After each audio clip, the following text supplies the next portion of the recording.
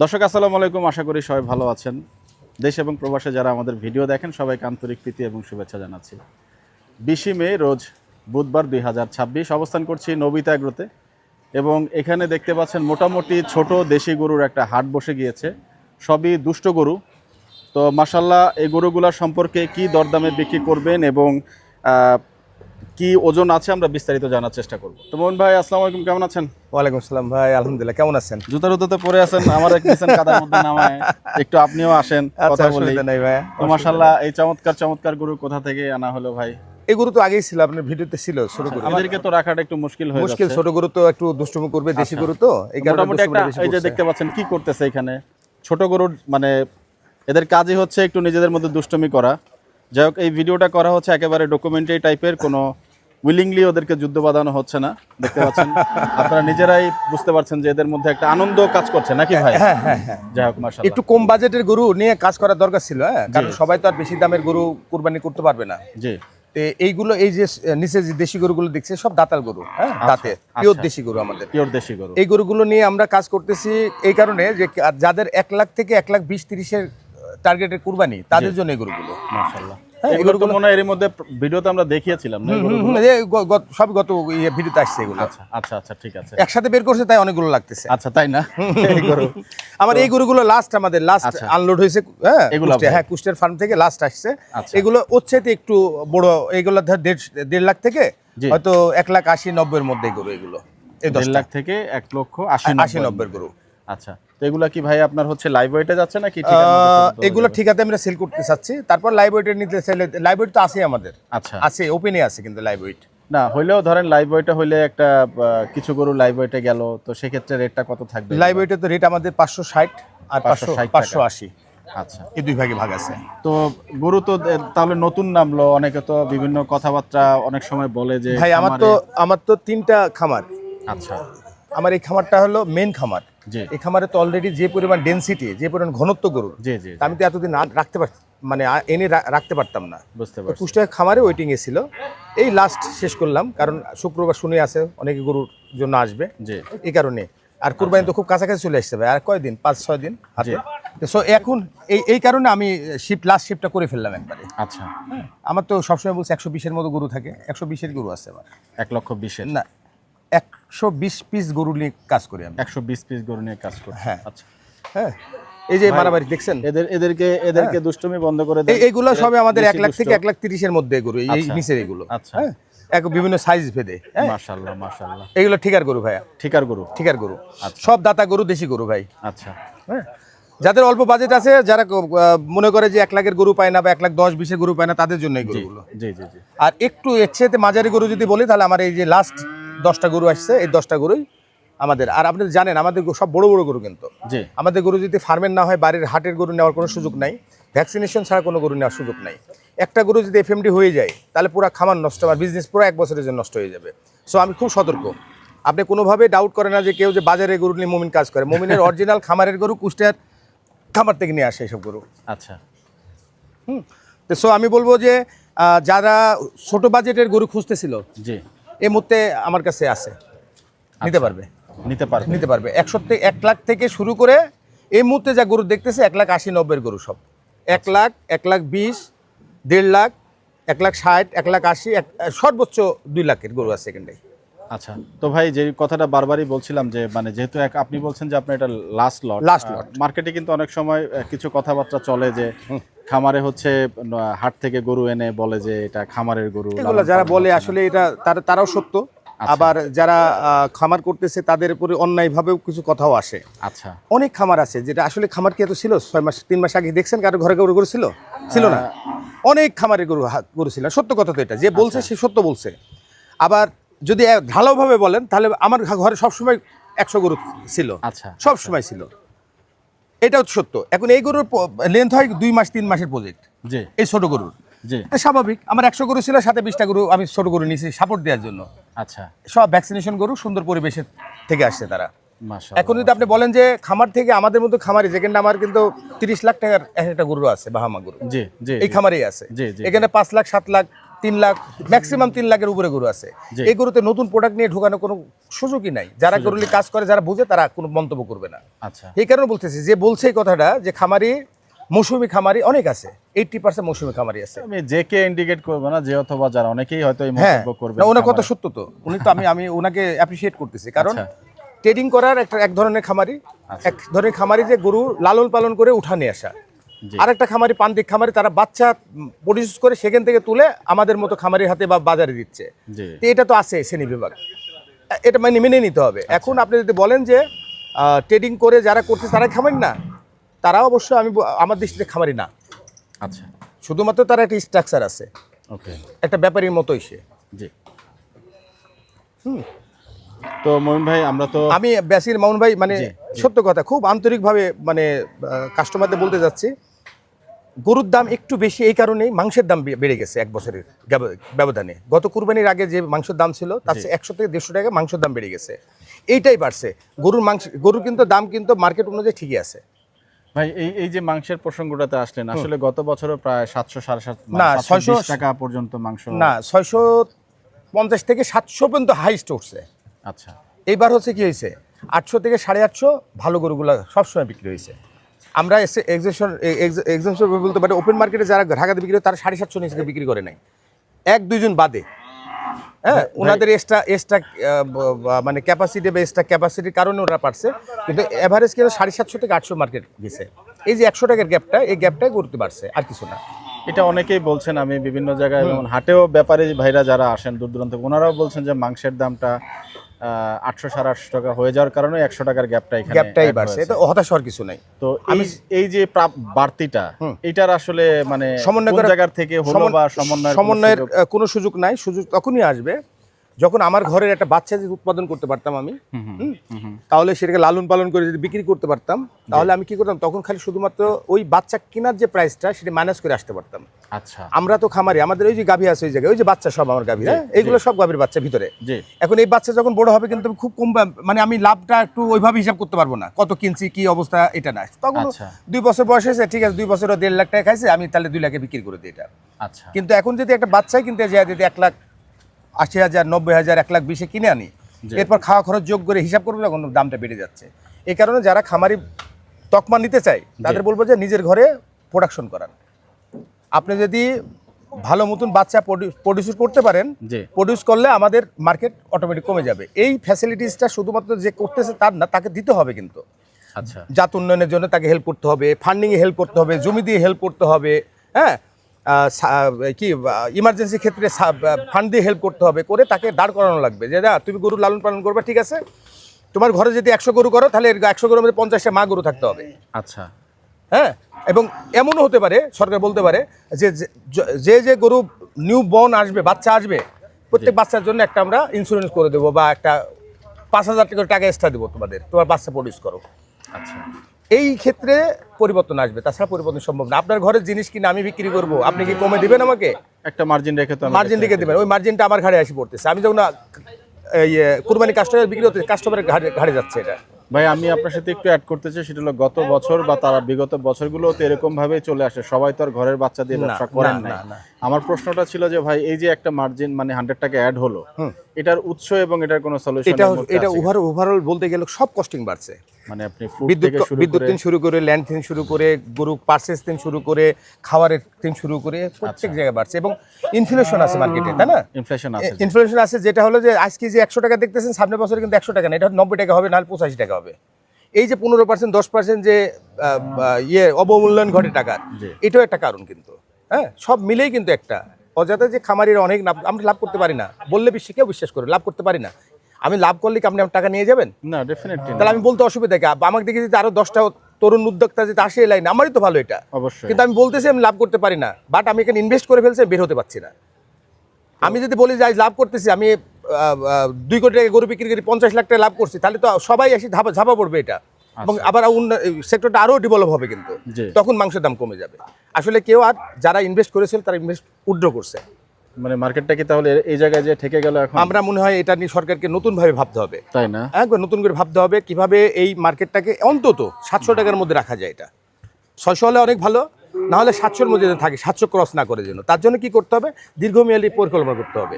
আচ্ছা দীর্ঘমেয়াদী পরিকল্পনার মধ্যে আছে যারা প্রান্তিক খামারি, যারা খামারি এমনি খামারি, জি। তাদের বাধ্য করতে হবে যে তুমি 50টা, তুমি 100টা গরু করতে পারবে না, তার যদি করো তাহলে 50টা তোমার মা গরু করতে হবে, এবং তোমার মা গরু থেকে যে বাচ্চা প্রডিউস হবে আমরা সরকার থেকে দেবো, ইনসেন্টিভ দেবো তোমাদের। আচ্ছা তোমার ঘাসের জমি লাগবে, ঘাসের জমি আমি সাপোর্ট দিচ্ছি। তোমার টাকা সংকট লাগবে শর্ট প্রজেক্টের জন্য, হয়তো 6 মাসের জন্য, তুমি আমাদের থেকে অল্প সুদে নিয়ে তুমি গরু লালন পালন করে মার্কেটে দাও। এটাই তো পদ্ধতি। এই পদ্ধতি কি আছে একটা সাথে কি কেউ কোনোদিন কেউ এগ্রি করছে? না, কেউ কি না, আমাদের সাপোর্ট দিচ্ছে? যদি সরকার সাপোর্ট দেয় এটাই, জি। তাহলে এটা কিন্তু একটা নিয়ন্ত্রণ করা সম্ভব। নাহলে এভাবে আমি আমার মতো দাম নেবো, আরেকজন নেবে, আরেকজন ব্রয়লারে ফিড খাওয়াবে, আরেকজন ধরেন জাউ ভাত খাওয়া নিয়ে আসবে, আরেকজন ইনজেকশন মাইন নিয়ে আসবে, জি এই হজবরল অবস্থা হবে। এটাকে ব্যালেন্স করার জন্য আমার ধারণা একটা সুন্দর পরিকল্পনার দরকার। জি হ্যাঁ, আজ থেকে 5 বছর ধরে বা 10 বছর ধরে পরিকল্পনা করবে। এখন থেকে গাভীর কাজ করবে, প্রত্যেক গাভী যারা উৎপাদন করবে বাচ্চা, প্রত্যেক বাচ্চার জন্য লালন পালন করার জন্য ইনসেন্টিভ দেবো আমি, সরকার দিবে, এটা গভর্নমেন্ট থেকে দিবে। ভালো খামারি যারা পরীক্ষিত খামারি তাদের জন্য একটা জমি দিয়ে হেল্প করবে, যে তুমি ঘাস চাষ করো। আচ্ছা হ্যাঁ, এইভাবে একটা পরিকল্পনা করতে হবে আমার মনে হয়। আমি জানি না, আমি অনেক কম জানি, তারপর আমার মনে হয় এছাড়া আর উপায় নেই। কারণ তো গভর্নমেন্ট থেকে একটা কম্প্রিহেন্সিভ প্ল্যান লং টার্মের জন্য নিলে মনে হয় জায়গাটাতে আমরা গভর্নমেন্টকে পরিকল্পনা নিতে হবে ভাই। আমরা কি করি, আমরা মনে করেন যে একটা ব্রিজ করতে হয়, ব্রিজ করার কি করা লাগে, কোন দিয়ে রাস্তা হবে সেটা একটা ম্যাপিং করা লাগে, জি কত কিলোমিটার রাস্তাটা করব বা ব্রিজটা করব, সেই ব্রিজটার একটা নকশা করা লাগে, তারপর কীভাবে কোন ম্যাটেরিয়ালস ইউজ করব, কোন ইঞ্জিনিয়ার দিয়ে করব, কোন টেকনোলজি ইউজ করব, কিভাবে কি করা যায়, এটা একটা পরিকল্পনা। তারপর না ব্রিজটা কমপ্লিট হয়ে মানুষ চলাচল করলো। এই সেক্টরটা এমনই একটা, এই সেক্টরকে একেবারে আপনাকে মানে নিচ থেকে শুরু করতে কিছু নাই সেক্টরে। এই সেক্টরে ভঙ্গুর অবস্থায় আছে, শুধুমাত্র যারা কৃষক আছে নিজের শ্রম নিজে দিচ্ছে তারা কিছুটা পাচ্ছে। এটা বাণিজ্যিক আকারে কিচ্ছু নেই এর মধ্যে, বাণিজ্যিক আকারে কিচ্ছু নাই। মানে প্রান্তিক পর্যায়ে অনেকে যে বলে যে 2-4টা গরু যারা পালছেন তারা হয়তো তাদের ওয়েস্টেজ যে ফুডগুলো থাকে ওগুলো দিয়ে লালন পালন করছেন, বা ক্ষেতের খামারের খড় এগুলো দিয়ে পালছেন। কিন্তু আমি মামুন ভাই খুব সহজ করে বলি, একটা খামারি, আমি 5টা গরু কিনবো একই টাকা দিয়ে। জি মনে করেন 1 লাখ টাকার 5টা গরু 5 লাখ টাকা কিনলাম। একটা প্রান্তিক লোক যার নিজের শ্রম নিজে দেয়, যার ঘর নাই, ঘরের মধ্যে গরু রাখতে, সে 5টা গরু কিনবে, 5 লাখ টাকা দিয়ে কিনবে। 1 বছর লালন পালন করার পরে উনি গরু বিক্রি করবে, সে 2 লাখ টাকায়, তাও লাভ করবে। আমি 2.5 লাখ টাকা বিক্রি লাভ করতে পারবো না, কারণ আমার আনুষঙ্গিক যে কস্টিং আছে, অপারেটিং কস্ট অনেক বেশি।